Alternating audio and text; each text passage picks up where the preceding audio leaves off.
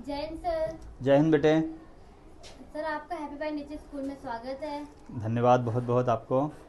Sir sir आपकी प्राथमिक शिक्षा कैसे विद्यालय में हुई थी?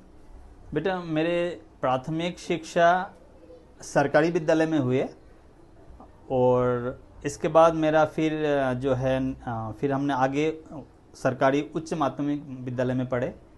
जो स्टेट बोर्ड होता है, राज्य बोर्ड होता है, राज्य परिषद होता है, उसका सिलेबस होता है, पाठ्यक्रम होता है। और जो माध्यम था हमारा 12वीं तक हमने बंगाली भाषा में हमने अध्ययन किया। बस यही है शिक्षा। सर हमें अपने बचपन की कुछ रोचक बातें बताइए।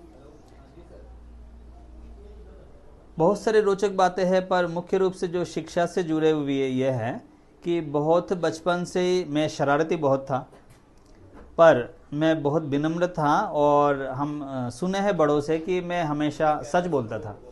तो ये दो गुण के कारण मुझे अपने शिक्षकों से हमेशा बहुत अधिक स्नेह मिला। तो शरारती करने के बाद भी उसके लिए दंड नहीं मिलता था। और दूसरा एक जो सबसे रोचक ये था, मुझे बाहरी पुस्तक पढ़ने की इतनी लगाव थी।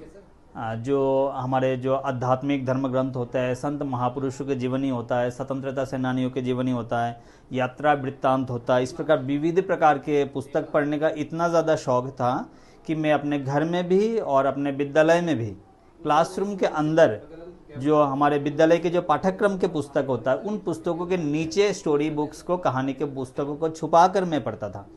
पर फिर भी मेरा मन रहता था क्लास में क्या पढ़ाई हो रहा है ये भी पढ़ रहा हूँ, और जो विद्यालय में कक्षा में जो पढ़ाई चल रहा है वो भी मैं सुन लेता था। और टीचर जब पूछते थे मैं जवाब भी दे देता था।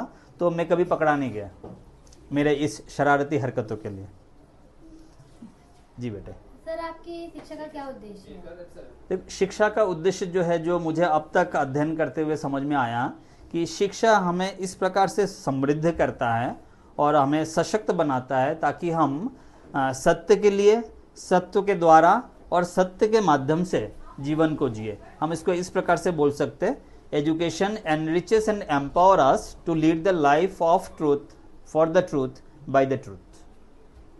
सर आपकी शिक्षा में क्या सबसे शक्तिशाली प्रेरणा रही है? मेरे बहुत बचपन से मुझे एक शिक्षक मिले। हाँ, उनका नाम था श्री कुमुद रंजन साहा महोदय। वो आजन्म नैष्ठिक ब्रह्मचारी थे, अविवाहित रहे पूरा जीवन। और उनके घर में जो है पुस्तक भरा हुआ रहता था। उनके ड्राइंग्स रूम से लेकर बेडरूम तक, किचन तक भी, चारों तरफ जितने भी वो होते थे, कैबिनेट्स होते थे, शेल्फ्स होते थे, अलमीरा में होते, सारे में पुस्तक